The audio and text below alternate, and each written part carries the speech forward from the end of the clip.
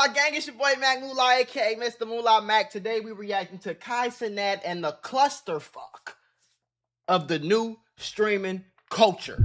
Do your homework on the new streaming culture. Y'all know these crash outs do anything. It's just content. Shut the fuck up. It ain't just content. You just a weirdo.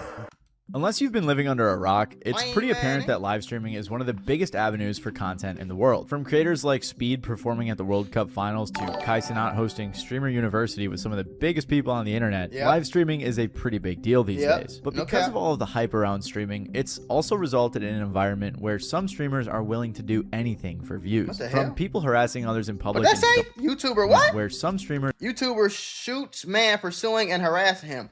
Bah! On fella, bah! I would have did the same thing. Back up, nigga. Why you harassing me? Bah! Did you see that? You pull a gun out and you still pressing them? Bah! Are willing to do anything for views. From people harassing others in public and filming people without their consent to committing crimes and even shooting people, streaming culture has become pretty toxic. So today, I wanted to look into the dark side of live streaming. If you've been on the internet throughout... Most of it is the dark side. Now, that's one thing I want to talk about too with this streaming, these niggas. A lot of people, I never rocked with the filming people without consent and like upload. Like, you know how them dudes who be going like pick up girls and shit, and you got like a secret camera on the other side of the library, and you going to pick up this girl, and she thought y'all was just having a nice conversation, and then she go on TikTok and she just on that shit is weird, bro. The past few years, you've probably noticed the live streaming takeover. However, as fast as the content has grown, it wasn't overnight. Now, I could go super into detail about how streaming got to where it is, but that's all kind of boring, so I'm just gonna brush over it. IRL streaming and stuff like that dates back pretty far, but around then it was only a few guys since the tech wasn't great and vlogs were dominating. And at first, as many of you probably know, gaming was what viewers flocked to. For most viewers, their first experience with live streaming content was probably gaming. And it stayed like that for a while. You know, you had guys like... I don't know if y'all remember Twitch. I remember when Twitch was only gaming. It wasn't no such thing as just chatting on Twitch. Like, it was just gaming, mostly Call of Duty or like first-person shooters and shit. You know what I'm saying? So this is like what I wanted to do. That's when I try to tell y'all I'm really cold on Call of Duty. That's why I be trying to tell y'all, because y'all don't be trying to listen. But I'm trying to tell you, like, I'm cold. I used to do this for real. Syndicate, Soda Poppin', and all these other names that flourished during the 2010s. As time progressed, things continued to change and evolve. The just chatting section on Twitch is where people did IRL stuff for a bit, but it was mostly gooner stuff like hot tub streams. However, some just chatters did IRL streams, people like Ice Poseidon. Also around this time, guys like Ninja took the gaming side of things to the next level, hosting Fortnite streams with some of the biggest celebrities in the world and bringing in millions of eyes. I mean, Drake, Travis Scott, and Juju Smith-Schuster all on one squad was pretty crazy. Drake, every time you get a kill, the entire chat is just saying God's plan. And for a long time, this was the most popular niche. But under the surface, IRL streams were bubbling up. It started with guys like Aiden Ross and Cenat, who did all sorts of crazy things on their streams, had celebrity guests and things like that. As streaming continued to grow bigger and bigger, it was these content creators that flourished. And while gaming still does perform pretty well, it became clear that that was no longer the #1. Because of all this hype, innovation was inevitable. You had Speed, the FaZe guys, Kai, Neon, and a multitude of others that grew brands that commanded sponsorships worth hundreds of thousands, sometimes even millions of dollars, which is honestly pretty cool considering where live streaming started. As you guys probably already know, streaming is huge, and alongside podcasting and thanks to TikTok and Instagram Reels, it's one of the biggest content industries there is right now. And I think one thing that really demonstrates how crazy live streaming can get, especially IRL streaming, are subathons. Subathons are a combination of subscription and marathon, where the stream continues if people keep subscribing to your account. You know, if enough people don't subscribe, then the stream ends. It was popularized by Ludwig. Is that a fake Kevin Hart and a fake Drewski? Holy shit, that's a fake Kevin Hart and a fake Drewski. Enough people don't subscribe, then the stream ends. It was popularized by Ludwig in 2021, who streamed for 31 days straight. So you'd see him on stream sleeping, playing games, watching movies, working out in his garage, and stuff like that. He was always on camera, except for when he went to the bathroom. But subathons can vary quite a bit, with some going on for days as long as the fans keep subscribing or donating. And that's one thing I don't understand. Like, why do I want to watch a nigga live stream a workout? I don't understand why people watch. Like, don't get me wrong. Like, I know content is content. Some things on the internet, I really don't understand why people watch them. But people do. Cases like with... Have you ever needed your paycheck to just come a little early? Like, yeah, you get paid on Friday, but it's Tuesday and you need the money now. There's a banking app called Current, and they got a whole bunch of super useful features on this app. And one of the best features is it lets you access up to $750 of your paycheck early if you qualify. With Current, you get a full list of features like paycheck advance, fee-free overdraft, the build card, and more. Now, paycheck advance is my favorite, but if you focused on building credit or if you just want a smoother way to manage your money, it handles everything in one app. And I know how I feel for your paycheck to be coming Friday, but you need your money Monday and it's an emergency and you need that money now and you can't get that money now because you gotta wait, but you can't wait. And that's why I partner with them. And right now they're giving $75 to anybody who signs up for the Current app using the link that's in my description or scanning the QR code that's on the screen. If you scan the QR code, it'll take you straight to the sign up page where you can create your account. Just go through the normal sign up steps, enter your information, and order your Current card. After you complete those steps, you'll see the option that pops up to enter my promo code. And that promo code is going to access your $75 when you switch your direct deposit. Make sure you go through the full sign up process so you do not miss out on the $75. If you ever feel like managing money is stressful or even just tight sometimes, it's definitely worth just checking out because that's literally what it's designed for. Helping people just like you stay more on top of your finances. Cenat's Mafiathon for a month straight, uninterrupted, no breaks, no sleep, and mostly no privacy. Miles, can you tell me what motivates you or who motivates you? Your mom, nigga. Shout out to Kudos. Thanks for the bits. Those smell amazing. You sound like a... No, I'm from the suburbs. The difference between Ludwig, Subathon, and Kai's is the scale. We went from mostly gaming and just chilling a bit to now having tons of celebrities like Kevin Hart and Drewski guest starring, tons of other streamers, and all sorts of crazy things going on. I think the best comparison is like it's a modern day iCarly. That's really what it feels like. That is and with what Kai it is, Cenat raising the bar. It literally is my iCarly. Like, it's crazy because when iCarly was out, it wasn't like, that's why they had Freddie. Because Freddie was the one that was the tech guy. It was so hard. You couldn't just get on Twitch. It wasn't no such thing as fucking Twitch. You couldn't just get on Twitch, download Streamlabs, and just hit go live. Like, log in and hit go live. And people, it wasn't nothing like that. Like, our Carly had to do all, like, back then in them times. But it's crazy how you fast forward to now, and that shit is just like a normal thing. Like, everybody, it's crazy to see, ain't it? Are so high. There have been a ton of other streamers that are attempting to match the viral content that he's putting out, which has created another meta for these IRL streams, and that is called clip farming. Now, to some degree, the entire point of live streaming is authenticity, because you're watching it all live. It's supposed to be real, you know? And it can't be edited, so it's going to be raw and straight from the heart. But what happens when nothing that interesting is going on? Well, similar to reality TV, moments are scripted, curated, or forced. You could just be doing something funny, corny, extra, or even dangerous, and usually it's just jokes like FaZe Adapt, who pretends to be dumb for a funny clip on a stream. Not for a while. I pushed it back this year. Oh, really? Yeah. What month? I pushed it back to October this year, so like... That's when your birthday is? No, it's in June normally, but this year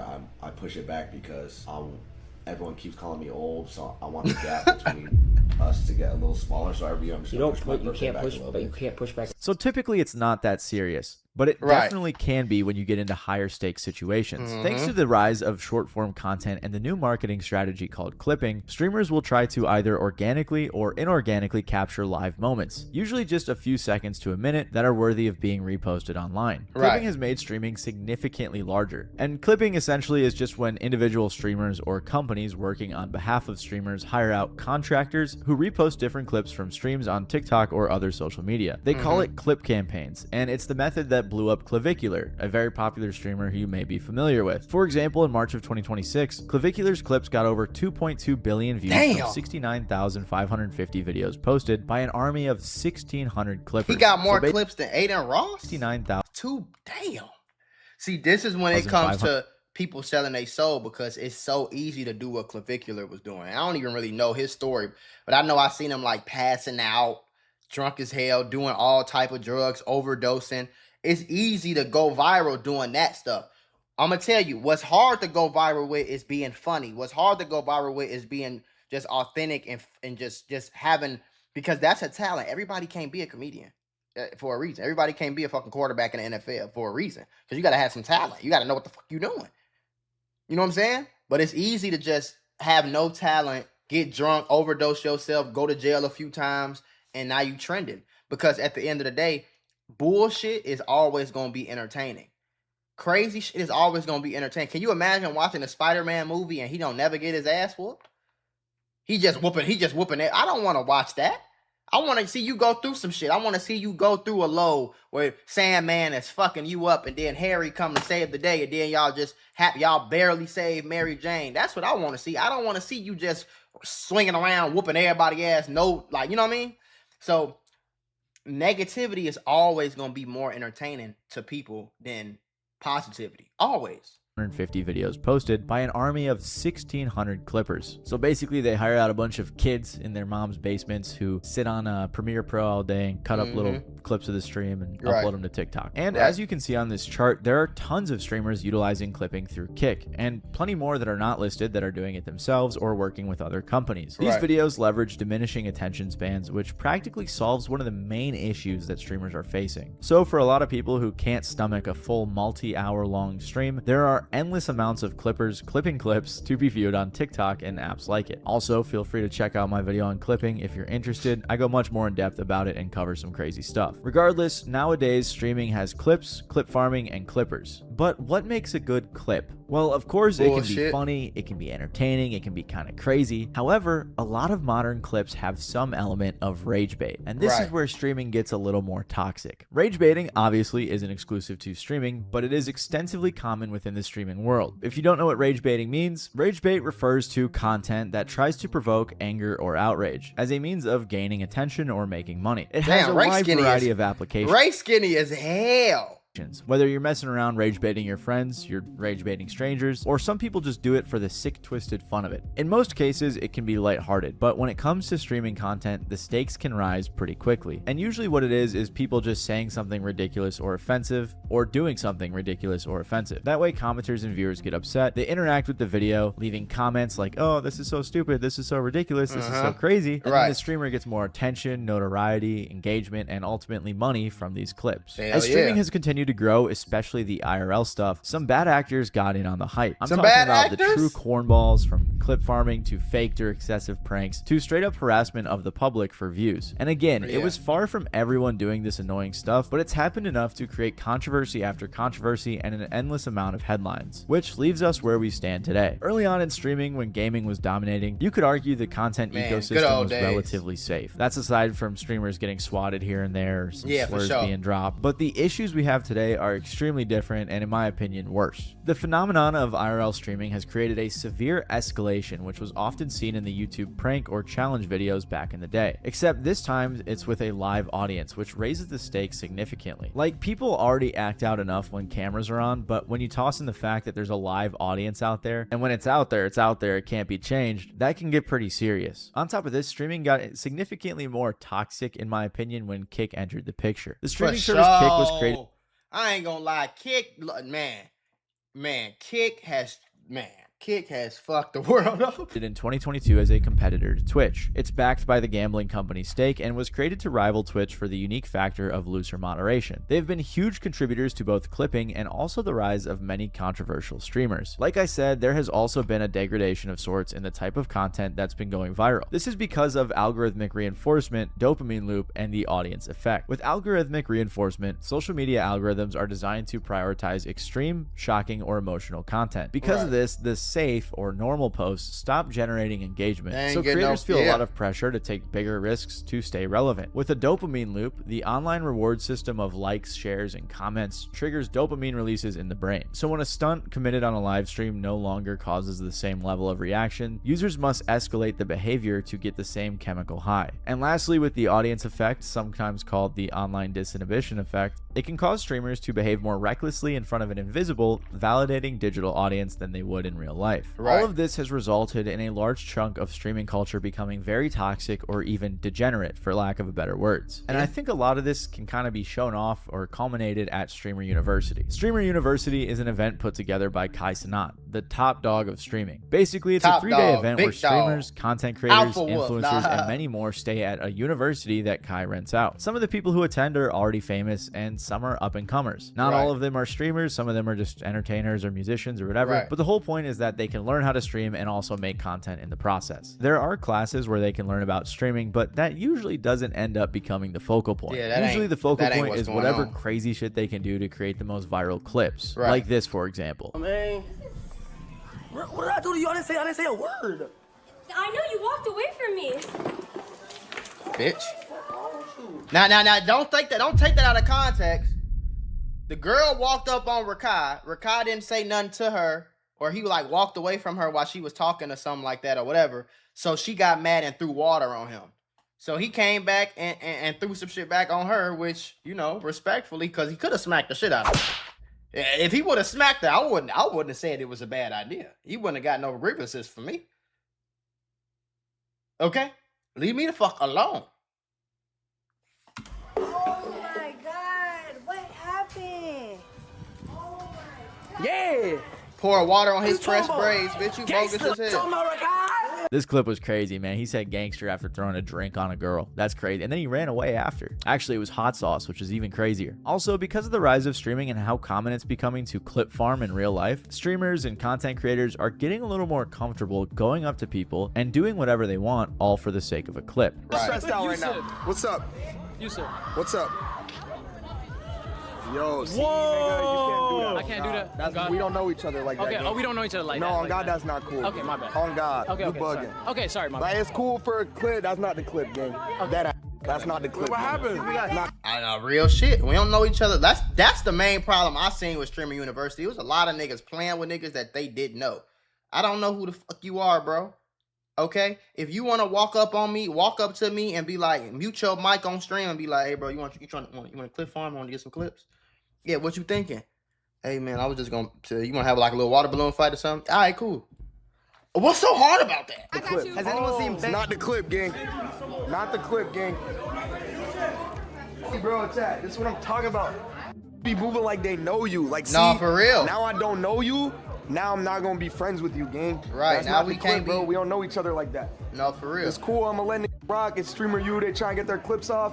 That's not the clip, bro. I don't like that. Of course, a lot of this rage baity stuff ends up Okay. being staged, you know, as a form of clip farming. I like how he checked them, but not really checked them, but I like how he set a boundary without like trying to be like gangster and tough and like, you know what I'm saying? He didn't do nothing extra. He just set his boundary straight, you know what I'm saying? This clip where Cenat got into a fight with some random streamer. Damn, suburb baby, a random streamer?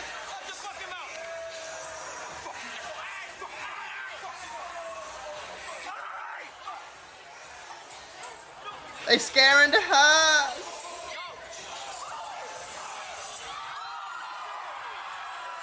But I don't think Streamer University itself is the problem. As No, it's crazy not. as it is, all the people involved in Streamer University know what they're signing up for. The real Right. problem is that a lot of the people consuming this sort of content who want to become the next big streamer will see all the crazy things going viral and try to recreate it on their own. Sadly, a big part of pushing the line for views has included Damn, he 22. He watching his favorite streamer is Rakai, and he Create- 22-year-old grown-ass man. creators straight up harassing random people on the street. This has been enabled and normalized in part thanks to the rise of Meta glasses, Man. which is Meta and Ray-Ban's collaborative pair of glasses that can record people, often without their knowledge or consent. According Right. to BBC, wearers, often young men, get people to sign fake petitions or retail workers to smell candles sprayed with bad odors. Sometimes they steal food as it's being handed over at a drive-thru and record their sprint. What's arguably worse, though, is women leaving the beach, going into a shop, or simply standing outside are now being approached by men usually wearing Meta's Ray-Bans, often in order to film the women's responses to casual questions or Yeah, pickup and lines with that shit is weird.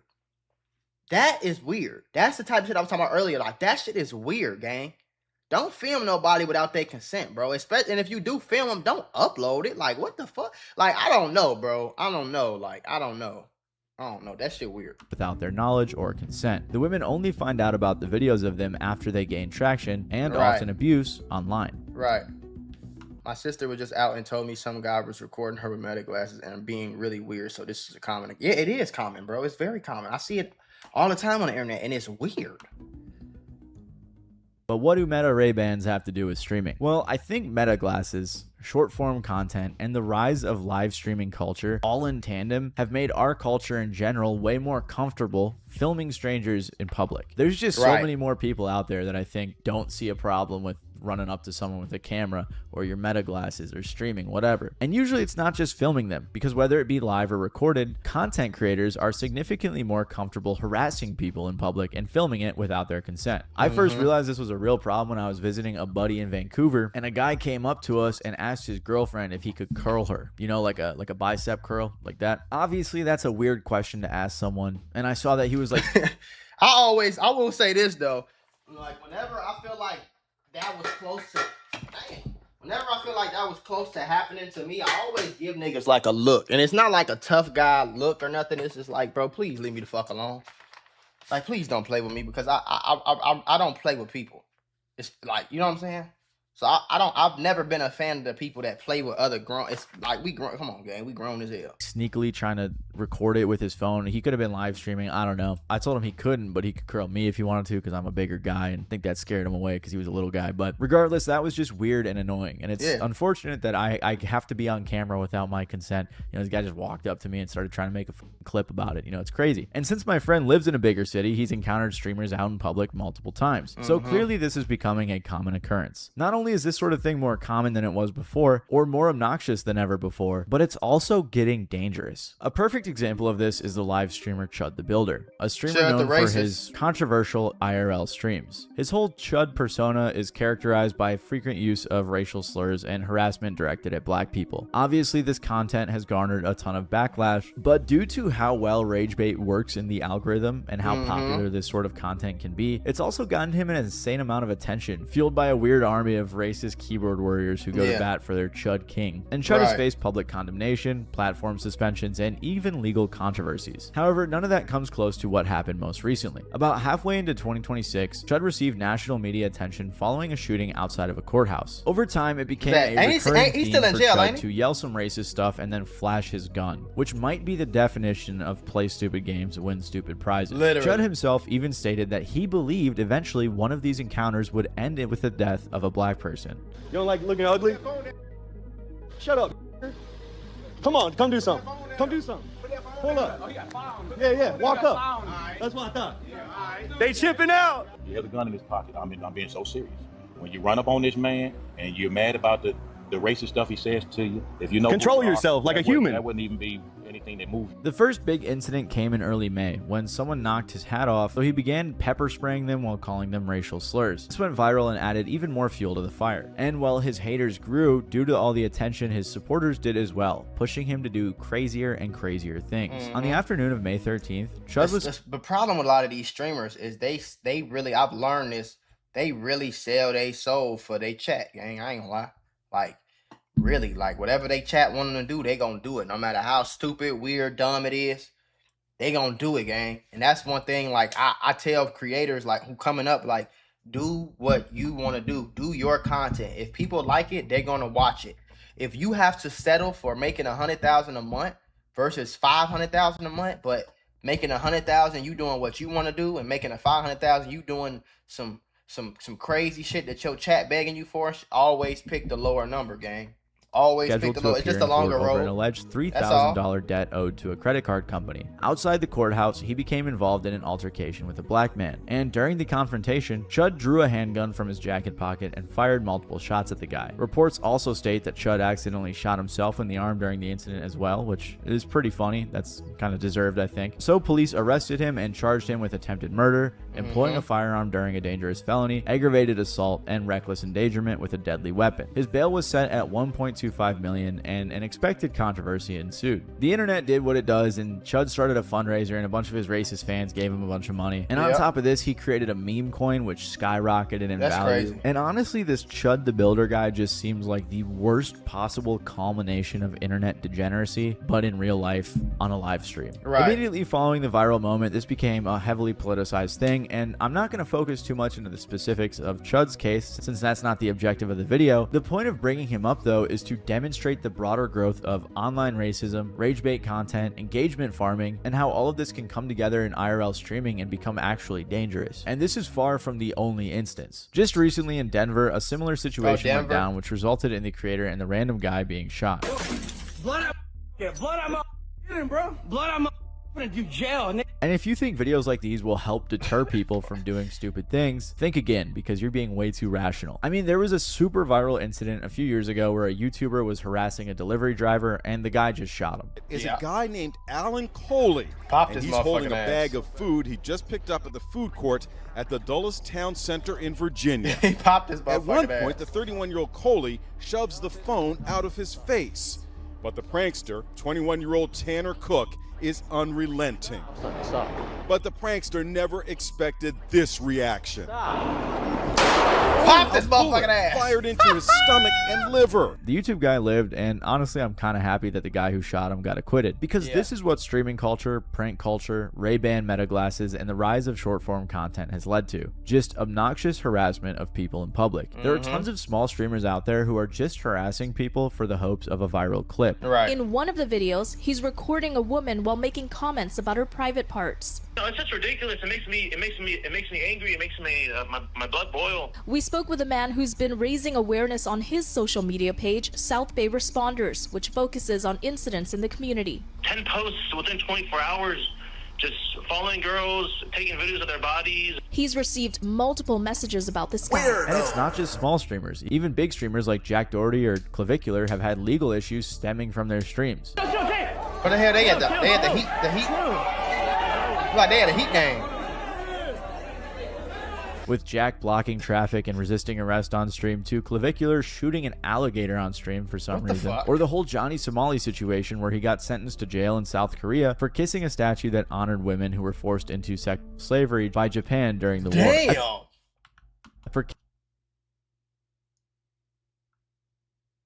See, that's another thing y'all better stop fucking. Y'all better stop fucking with them other countries. Them other countries is not America. You can't go over there and do whatever you want to do and it's supposed to be funny. Your motherfucking ass gonna go to jail, boy. I cannot imagine. Can you imagine going to jail in South Korea? Oh my God. Nigga. And they'll give you fucking 50 years for littering.